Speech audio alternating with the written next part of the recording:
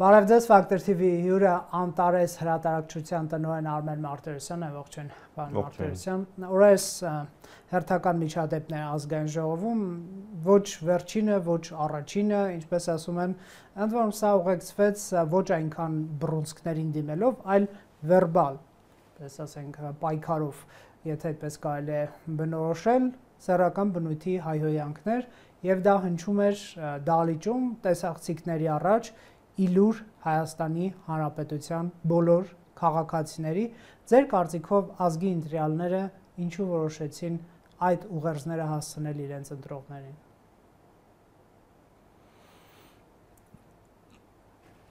Այս գաղջ մթնոլորտի արդյունք է, ու դա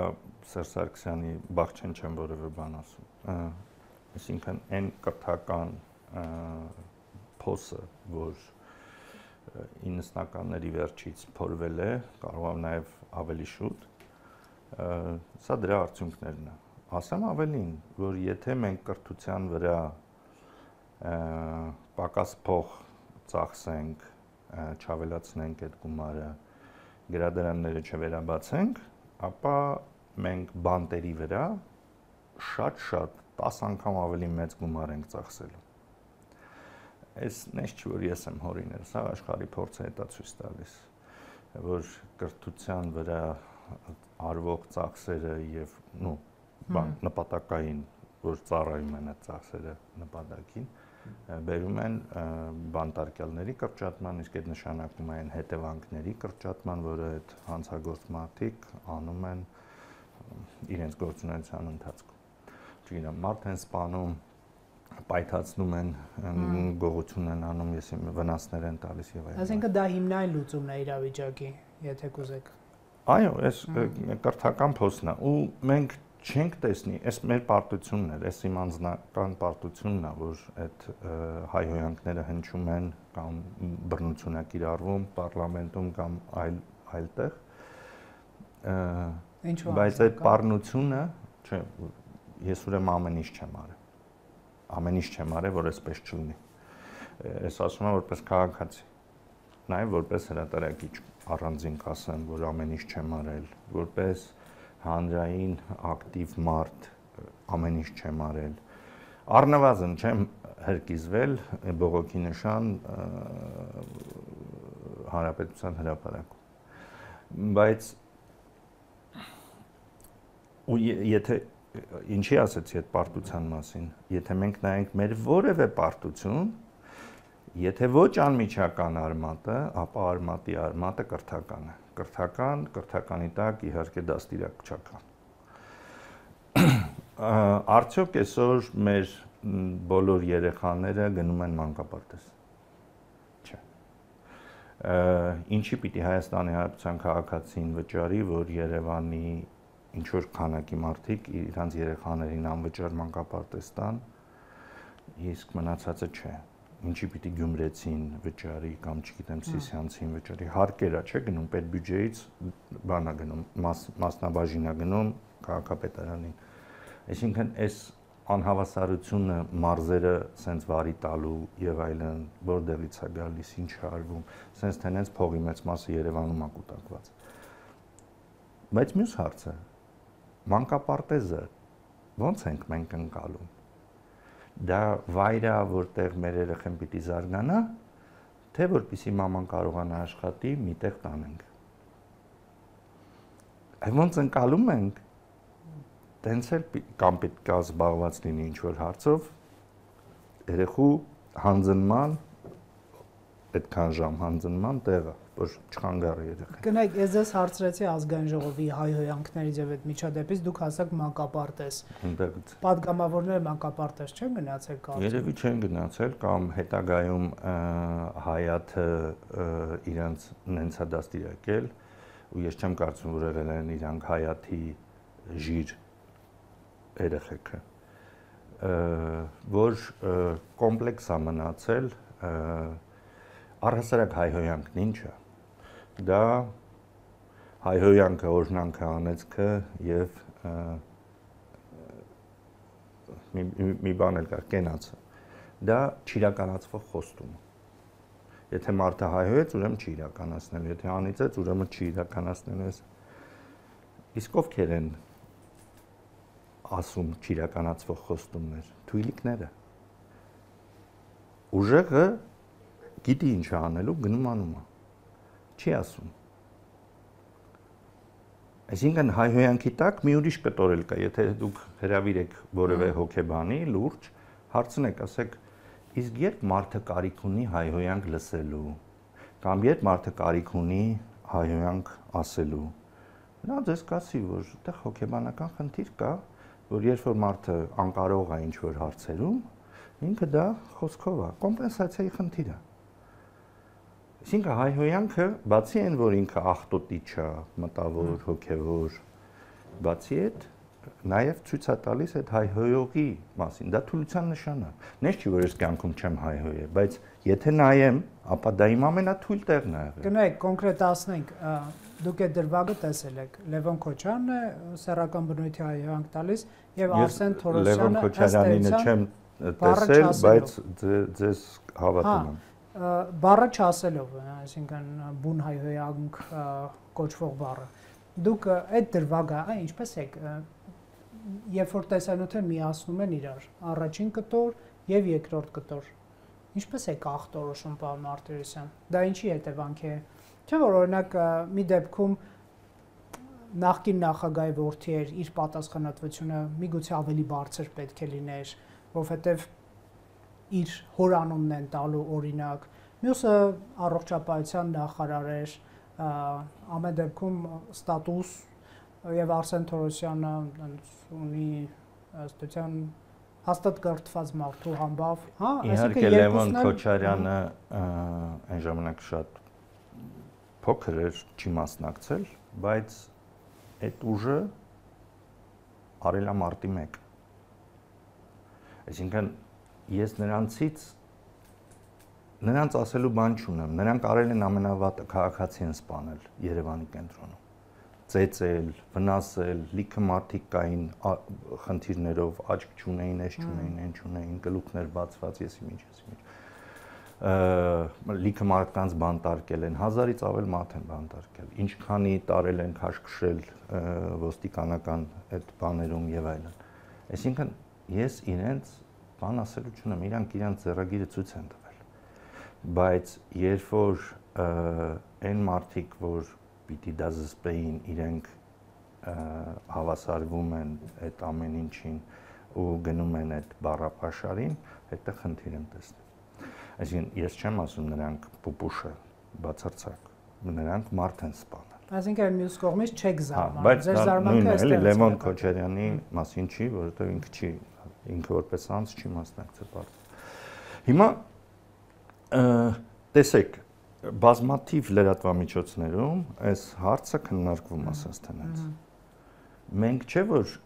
եթե արմատներից չենք խոսում, այլ հենց այս դրվագից ենք խոսում։ Հիմա դուք պատմեցիք, որ երկու հատ բան կար։ Ես ուզում եմ կոնկրետ դեպք ախտորոշենք, հետո անցնենք առաջ։ Ես հիմա փորձեմ ասել։ Այսինքն հիմա մեր լսողը կհետաքրքրի, կմտնի, ինչ որ բան կգրի Արսեն Թորոսյան կամ Լևոն Քոչարյան, գնա կմտնի, էդ կտեսնի։ Այսինքն սա մեկը sense tendenz վատ դաստիարակության նշան է։ Մենք այդ քաղաքացուն ասում ենք, որ տես ազգային ժողովի падգամավորները այս վարքագիծն ունեն։ Ես կարծում եմ մենք առանց այս բանը շոշափելու, առանց թե ով էր ում ինչ պիտի ասեր եւ այլն, ով առաջինը սկսեց, ով երկրորդը պատասխանեց, ով պայմանով հայհոյեց, ով առանց պայման հայհոյեց եւ այլն, արմատները մենք պետքա դա վերացնենք, մենք պետքա խնդիրը լուծենք։ Օրինակ, եկեք մեր զրույցի ընթացքում փորձենք մեխանիզմներ ձևավորել, թե ոնց լինի, որ առնվազն ազգային ժողովում հնարավոր չլինի հայհոյել։ Չեք կարծում խնդիրը ներհայաստանյան թշնամանքի մեջ է։ Մեր հարությունը Լևոն Տեր-Պետրոսյանի ենթարկվել է բաժանումների 98 թվականի ասած քաղաքացիական պատերազմը ընթանում է։ Մարտի 1-ին սպանեցին, դա մի դրվագներ, անընդհատ հայհոյում են մեկը մյուսին, այսինքն բանը հանրապետությունը բաժանված է սևերի ու սպիտակների ու կապ չունի ով է սևով սպիտակը, այսինքն մենք սարսափելի ներքին պատերազմի մեջ ենք, սենց դիմակայություն չպետք է լիներ, իսկ իշխանությունը, քանի որ ուժային կտորը իրանն է, հնարավորությունները իրենն է, ինքը պետքա նախաձեռնի այդ զրույցը, որ ժողովուրդ եկեք առնվազն կարանք պայմանավորվենք, հիմա պատերազմներ կան, չէ՞, բայց պատերազմներ կան, որ եթե ռմբակոծում են քաղաքացիներին, ապա դա գնում է դատարան այդ հարցը, որովհետև դա պատերազմի կանոնի խախտում է, պատերազմի կոնվենցիայի, պատերազմի մասին կոնվենցիայի խախտում է։ Հիմա ես չեմ ասում, որ նրանք ախեցին, նրան չգիտեմ ինչ արեցին, բայց մենք առնվազն Հիտլերի եւ իր շրջապատի ու բանինը ունեինք Իրաքի ղեկավարի, չգիտեմ ինչքանը վեր այդ մասով մեղավոր թե չէ, բայց որպես բան, կամ Լիբիայի ղեկավարի, կամ Չաուշեսկուի եւ այլն, այսինքն լիքը օրինակներ ունի պատմությունը, որ ինչեր կարա լինի։ Բայց sense tenants այդ եթե մենք այսքան հավի չափ խելք ունենք, ապա պետքա զրույց սկսենք, անկախ նրանից սև սատանայից բեթար չի, չէ, բանը Ռոբերտ Քոչարյանը։ Այսինքն ես կարծում եմ, որ հմուտ քաղաքական գործիչը պետքա նախ եւ առաջ ու sense այ ոնց որ Ալիևի հետ պետքա կարողանալ լեզու գտնել, խաղաղություն հաստատել, չգիտեմ ինչ անել, այլ տենց էլ քո օպոզիցիան չպետք է լինի քո թշնամին։ Բախի է անդիմություն կոչում, ոչ թե թշնամություն։ Իսկ մեզ մոտ թշնամություն է։ Ինչով է տարբերվում մեր իրավիճակը Սարոյան եղբայրների իրավիճակից։ Ոչ մի բանով։ Եվ իշխանականները դա մարտահրավեր են համարում իրենց, նույն Քոչյանի որդու վարքը կամ այս ընդդիմության սուր քննադատությունները կամ երբեմն ծավալվող երկու ստեկ այդ բռնի իրավիճակն է մտնոլորտը իրենց իշխանությանը եւ սա դիտարկում են որպես քաղաքական պայքարի գործիք։ Լսած կլինեք, ասում են հիբրիդային պատերազմ է մեր դեմ տարվում, հա, այսինքն սա մարդ է, պարոն Արտյոսյան, որը անհնար է չընդունել, եթե չես ընդունում, նշանակում է ընդունում ես քո պարտությունը, հետեւաբար պարտվում ես հիբրիդային պատերազմում։ Մարդը ընդունելը չի նշանակում, որ դու նույն գործիքով պիտի պատժես։ Պատկերացրեք Արսեն Թորոսյանը, եթե Լևոն Քոչարյանը հայհոյել է, ձեզ հավատում եմ, հայհոյել է, դրանից հետո կանգներ ու ասեր հարգելի քաղաքացիներ, ես գետինն եմ մտնում իմ գոլեգայի արարքի համար, ես բոլորիցդ ներողություն եմ խնդրում, ամեն ինչ կանեմ, որ սա չկրկնվի, Էսա ուժեղ, թե ասել, չգիտեմ, էշի տղեն դու ես, ես ինչը դու ես, են ինչը դու ես։ Այս հայաթի զրույցից մենք չենք մեծացել։ Տեսեք,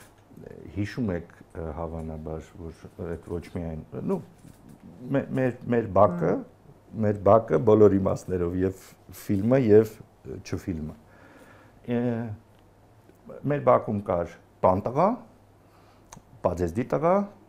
հայաթի տղա, մեկ էլ կար քաղաքի տղա։ Այսինքն որոշ թաղի տղեկ եկան դարձան քաղաքի տղեկ, առանց անուններ ասելու, թե մի քիչ լավ, թե մի քիչ վատ եւ այլն։ Հայաստանի խնդիրն է, որ պետական այր չկա, իրանք սաղ տղեկ մնացին։ Անկամ երբ որ եկան, դարձան պետության տղա, բայց ոչ պետական այր։ Այրը ուրիշ է, այրը հավասարակշիռ է, այրը առաջ տեսնող է, այրը հեռում մտածող է, այրը պատասխանատվություն ստանձնող է, այրը անորոշություններից չի խուսափում։ Մենք պետական այրի կարիք ունենք։ Ստեղ է խնդիրը, այս սա խնդիրները գալիս է դաստիարակությունից։ Այս սա խնդիրները գալիս է մեզնից որպես ծնողներ, մեր ծնողներից որպես մեր ծնողներ, մեր բալիկներից որպես ապագա ծնողներ։ Եթե դու ժամանակին այս խնդիրը չլուծեցիր, մինչև 5 տարեկանում, հետո դժվար է լինելու։ Հետո էապես խնդիրը բարդանում է։ Մարդը երեխան ինչ անում, ինքը կապկում է։ Ինչ ծնողը անում է, դա անում է։ Հիմա տեսեք, որ եթե ծնողը ասում է տղա ջան, մի ծխի, ծխելը վատ է, բան, ու այդ պահին էս բիչոկը շպրտում է։ Ինչ պիտի սովորի իր երեխան։ Այ հենց այս շարժումը, ծխելը։ Այդ երեխաներին ծխեցնող ծնողներ էլ կան, փոքրիկ։ Այդ դուք ծայրահեղություններն եք ասում, բայց սովորական բան եմ ասում։ Այսինքն կամ հարևանը բիչոկը գցում է, այս ռեալ պատկեր եմ ասում, էլի, իմ հարևաններին։ Այն մյուսը նստած ասում է, «Արը, այս, չգիտեմ, ու տենց ինչ-որ վատ խոսքերով, ասում է, ի՞նչ է գցում բան», ու ինքը այդ պահին գցում է գազոնի իր սիգարետը։ Այսինքն դու ինչով ես տարբերվում։ Ու երբ որ ասում ես դու ինչով ես տարբերվում, ասում ինքը վերևից է գցում է։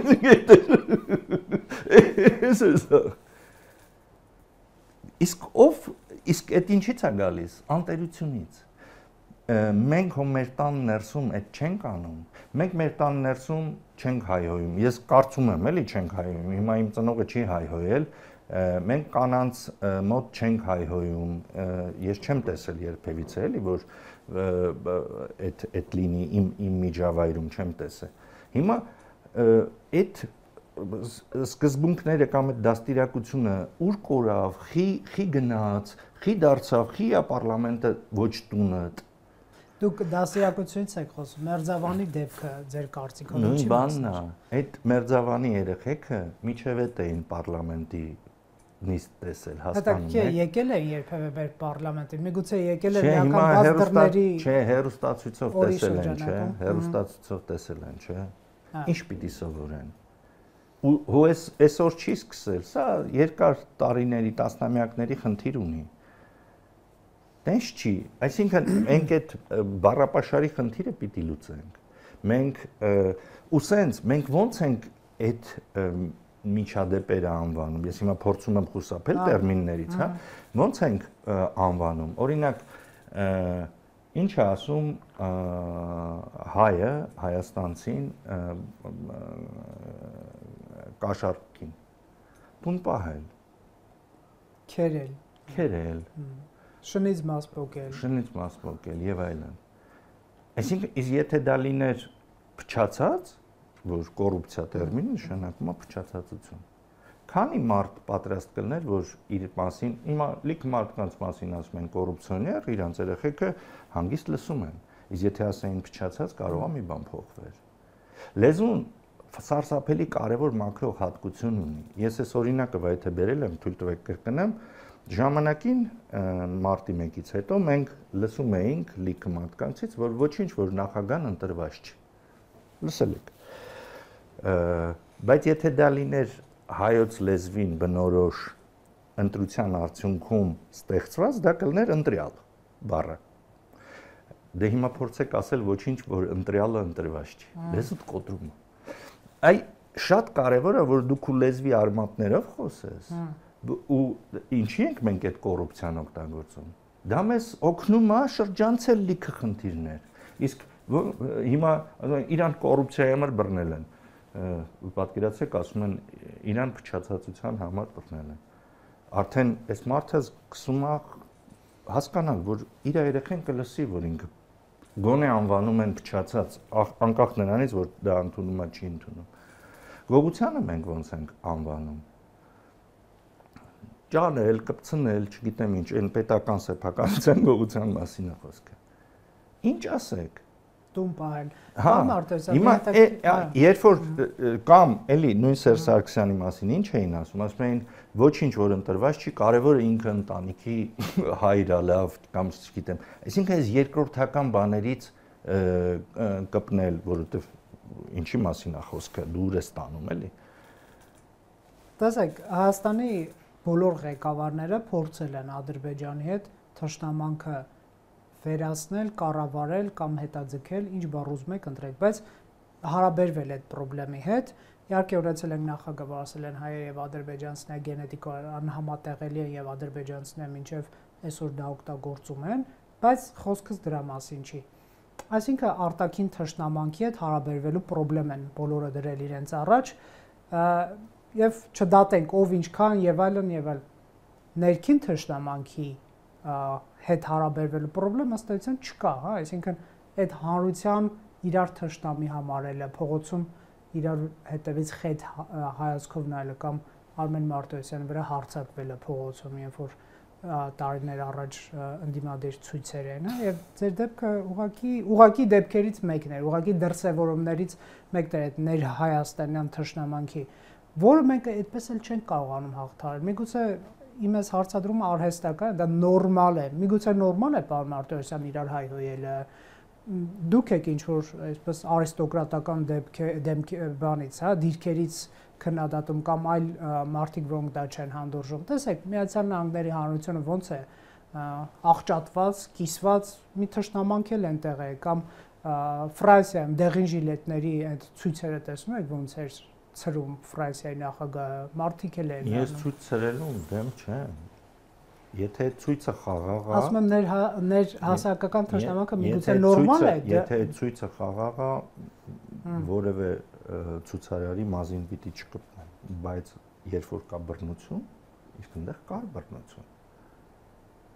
Այսինքն բռնությունը ուրիշ է, դա էլ ցույց չի, դա էլ ցույց չի։ Դա այլևս ցույց չի, եթե կան պրովոկատորներ, որ սարքում են բռնություն ու այդ հավաքված հանրությունը չի կարողանում նենց անել, որ այդ պրովոկատորին բացահայտի, ապա այդ խնդիրը մնում է։ Նա ուղղակի փոխվում է։ Հիմա եթե թթվասերը փչացավ, դառնում է անպետք մի բան։ Կամ կաթը կտրվեց, դառնում է ուրիշ բան։ Այդ այլևս ցույց չի, երբ որ կա բռնություն կամ բռնության կոչեր։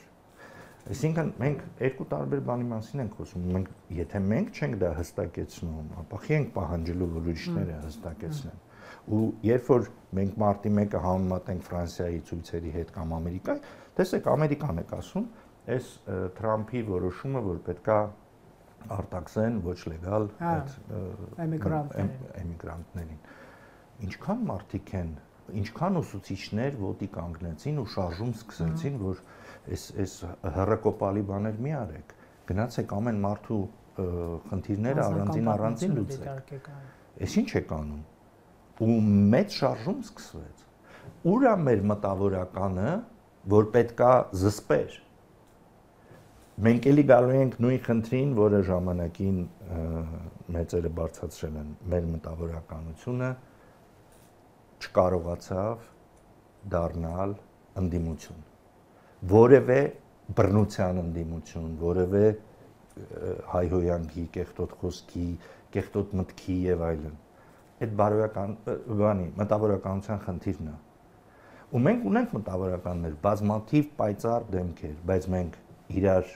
չենք ճանաչում, իրարից կտրված ենք, իրար հետ չենք խոսում, իրար հետ չենք շփվում կամ շատ քիչ ենք շփվում, մենք էլ ենք տենց բանարած, կներեք այդ բառը օգտագործեմ տենց ինչ որ խմբերի բաժանված լավ, որ ու մի հատ փոքրիկ բանով այս մի խումբ է, մյուս խմբին չի ընդունում, առհասարակ որտեղ են կոնֆլիկտները։ Դրանք ամենաիրար նմանները, երբ որ մի բանով տարբերվում են։ Տեսեք, այսօրվա պատերազմները որտեղ են անցնում։ Հնդկաստան-Պակիստան, Իսրայել, Պաղեստին, Ուկրաինա, Ռուսաստան։ Երեքն էլ ցիվիլիզացիոն խնդիր են։ Այսինքն Ուկրաինան արդեն ունիատներ են, պրավոսլավ, բայց Հռոմի պապն է, բանի ղեկավարը, Պաղեստինում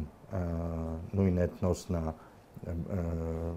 մեկը հուդայականություն է դավանում, մյուսը մահմեդականություն, բանում էլի նույն էթնոսն է, Պակիստան, բան, Հնդկաստան, մի մասը մահմեդական են, մի մասը կիսա, խառը հինդուսներ են եւ այլ։ Հիմա, այսինքն մաքսիմալ նմանները, երբ որ մի փոքրիկ բանով տարբերվում են, այդտեղ կոնֆլիկտ է։ Բայց եթե մենք վերցնենք ու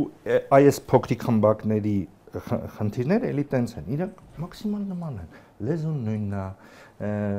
մանկությունը նույնն է, տառապանքները նույնն են, դարդերը նույնն են, իշխանությունը նույնն է, ընդդիմությունը նույնն է, այսինքն ինչքան դարդ ունես նույնն է։ Բայց ինչ-որ մի հատ փուճուրիկ բանով սկսում են տարբերվել ու իրար հետ գժտվել։ Ինչի Հիտլերը առաջինը հարձակվեց Ավստրիայի վրա։ Ավստրիան ամենամոտն էր իրանց կանգնած։ Ավստրիայի ժողովուրդը մաքսիմալ մոտ էր գերմանացիներին, փուճուրիկ տարբերություններ, որ չգիտեմ ինչքան պիտի խորանան, որ այդ տարբերությունները գտնեն։ Այդտեղ է լինում կոնֆլիկտը։ Եթե մենք նայենք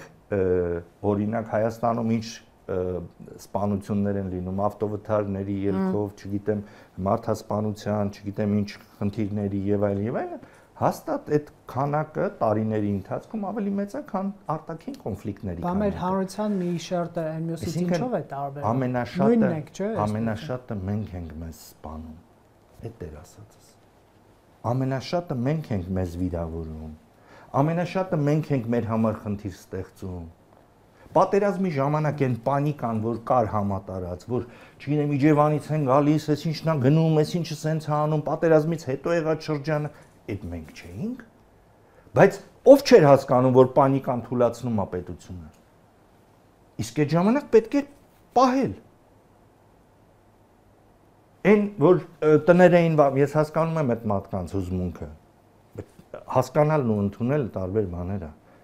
Ու երբ որ ես ասացի, որ շուտ դուրս եկեք այդ ուրիշի Ղուբատլիի մասին խոսելով, եկեք ստեղ, տեսնում էի, չէ՞ որ մեր սահմանը գալու են անցնեն։ Ու ցավոք սրտի ես ճիշտ դուրս եկա։ Բայց ինչ էին մարդիկ ասում, չի եղել որևէ մարդ, որ ասի սխալ միտք է արտահայտած, ժամանակը չէր, չգիտեմ ինչը չէր, ձևը լավ չէր ընտրված, այս ինչ, այսինքն բժիշկը պետք է ասի, որ ռակով հիվանդ ես, սենց հերվից գալով։ Բարակ էր։ Բայց տեսանք, չէ՞ որ ուռուցքը ինչեր խլեց մեզնից։ Ինչքան երեխեք դրանից հետո զոհվեցին։ Բա այդ հեռատեսությունը չունենալը, սենց ինչի պիտի այս հանրությունը 100 տարվա մեջ նույն ստրատեգիական սխալը անի 1920-ին ու 2020-ին։ Նույն ոչ իմանով չտարբերվող։ Գիտեք ինչի։ Դուք էլի Բաքվում եք, չէ՞ մեծացել, Երևանում եք մեծացել։ Չէ, Լորի, շատ լավ։ Որոշ գյուղերում չկա, բայց քաղաքներում կա, Բաքում։ Այնտեղ կար սխալ հանելու մշակույթ, հիշում եք։ Հա։ Ում էին սխալ հանում, ով որ արտառոց էր։ Ինչ որ մի բանով, կարող է վատ արտառոց էր, կարող է լավ արտառոց էր, կարող է գերազանցիկ էր, կարող է հակառակը այլանդակի մեկն էր, չգիտեմ, բայց արտառոց էր։ Ու դրան սկսում էին սխալ հանել։ Ինչ պիտի աներ այդ 12 տարեկան տղան, որ իրան սխալ չհաներ, որովհետև սխալ հանողին ինքը գիտեր, ֆուտբոլ չեն խաղացնում, որոշ դեպքերում աշխատանքի չեն ընդունում, այս չեն անում, աղջիկ չեն տալիս եւ այլն։ Ու դա խնդիր է իր համար, խնդրեմ էր ունենալու։ Այսինքն հայերեն ասած ինքը պիտի կրուտի տլներ, որ դա չհաստատեին վրան։ Իսկ ի՞նչ է նշանակում սխալ արարքը չվերլուծել։ Այսինքն իսկ կրուտիտի համար պետք է չընդունել այդ։ Հիմա դու արտառոց ես, համոզվի, որ պետք է շարունակել արտառոց լինել, շարունակի լինել, կամ ինչ որ բաներ տես, որ հանրության հետ պետք է ինչ որ լեզու գտնել, մի քիչ այլ ձև եղի։ Այդ ես չեմ ասում, որ նա ճիշտ, ինքը թող իր ճիշտը գտնի։ Հիմա արդյունքում մենք սխալը դատապարտող, սխալը խայտարակություն համարող հանրություն ենք։ Հիմա Միացյալ Նահանգներ, իրանք խրախուսում են սխալը։ Երբ որ որդին գալիս ասում է, պապ, գնդակը տշեցի, չգիտեմ, ես ինչ տոտայի պատուհանը կոտրեցի, $200 պիտի վճարենք, բան, ինչ է ասում, ես չեմ ասում էլի նոր գնացածների երրորդ սերնդի կամ ավելի խորը ամերիկացու մասին է խոսքը։ Ասում եմ, տղա ջան, ուրեմն արի մի հատ խոսենք սրա մասին։ Դու այդ որ տշում էիր, ինչ էիր, ասում եմ, ուզում էի հասկանամ, ես կարում եմ այդքան բարձր տշեմ, թե չէ, բայց նպատակ չունեի էլի պատուհանում։ Ասում եմ, տես,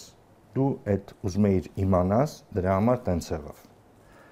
Մենք էս կվճարենք, բայց էս չհամարես տունանք։ Սա քո սովորելու փողն է։ Դու սովորեցիր, արդեն գիտես, որ էլ կլինի, էլ չես անի երկրորդ անգամ հավանաբար։ Ու միշտ իմացի, եթե էլի կլինի վիճակ, որ դու կամ անես իմանաս կամ չանես չիմանաս, արա իմացի։ Մինչև 10 քանի տարեկանը ես ու մամատ այս հարցը կլուծենք։ Միշտ արա իմացի։ Սխալից մի վախեցի։ Շարունակի նոր սխալներ անել։ Բայց գիտես, արի ես քեզ մի հատ գաղտնիք բացեմ։ Գիրք հասկացողություն կա։ Օրինակ մի գեղարվեստական գրքում առնվազն մի 10 հերոս կա։ Այդ 10 հերոսը մարդա 10 սխալ են անում։ Այսինքն պատկերացրու, եթե դու 100 սխալ ես գիրք կարդալով սովորես, 100 անգամ 200, ինչ անում։ $20,000 մենք էկոնոմիա կանենք։ Մի հատ գրքով, իսկ պատկերացրու դու 10 գիրք կարդաս 200,000, 100 գիրք կարդաս $2 միլիոն։ Այդ սխալները ճանաչելու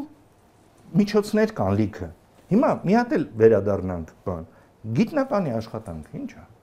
Սխալների հաջորդականությունը կամ այդ գիտնականը կգա կհասնի արդյունքի կամ չի հասնի, բայց այս իր սխալները ջուրը չի գնա։ Այս իր սխալները այն մյուս գիտնականի համար հիմք են ծառայելու։ Գիտությունը այլ կերպ չունի զարգանալու բացի սխալ անելուց։ Եկեք հիմա համեմատենք։ Աշխարհի ինովացիաների 82%-ը արվում է Միացյալ Նահանգներում։ Մի մասը արվում է Իսրայելում, այդ համամասնությունը ժողովրդի եւ չգիտեմ փողի եւ այլն այդ բանում։ Բա ուր են։ Այսինքն մենք ուսնես չի որ մենք ենք Իրանն, Ուզբեկստանն, չգիտեմ, ասենց բան։ Եվրոպայում լավ բան չի սխալ անելը, նես չի որ ամենտեղ բանը։ Բայց միչև մենք այս սխալի խրախուսանքով չզբաղվենք, սխալը վերլուծելով չզբաղվենք։ Հիմա եթե 1920 թվականից հետո